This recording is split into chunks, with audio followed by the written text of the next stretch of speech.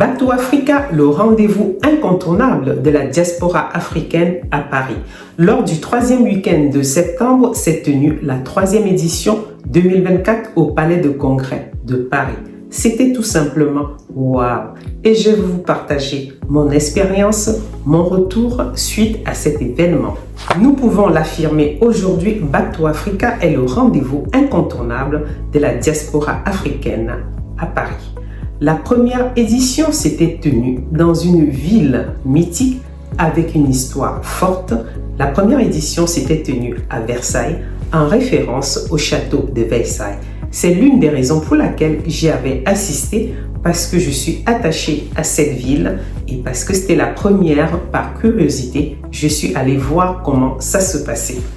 Lors de la 2e édition, j'étais absente, mais pour cette 3e édition, je tenais à y participer et j'étais exposante.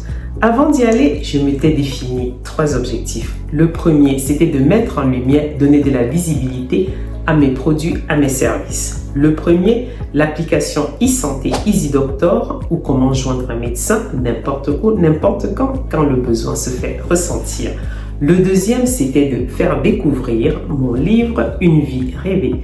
Comment cultiver le succès au quotidien dans tous les aspects de la vie. Et le dernier, c'était de faire découvrir la boisson détox à base de thé vert et de brûle graisse pour avoir un ventre plat. Et mon deuxième objectif, c'était de m'inspirer des lieux et du mouvement et de tout ce qui allait se passer là-bas.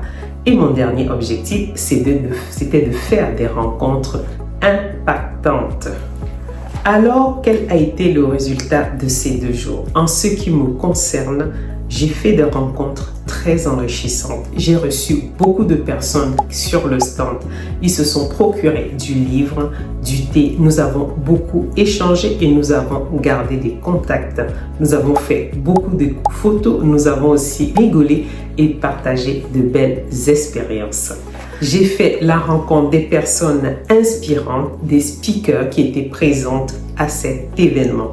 Premièrement, Matt Karine, on ne la présente plus, l'as de l'e-commerce qui était rayonnante et éblouissante dans sa robe rouge sur scène.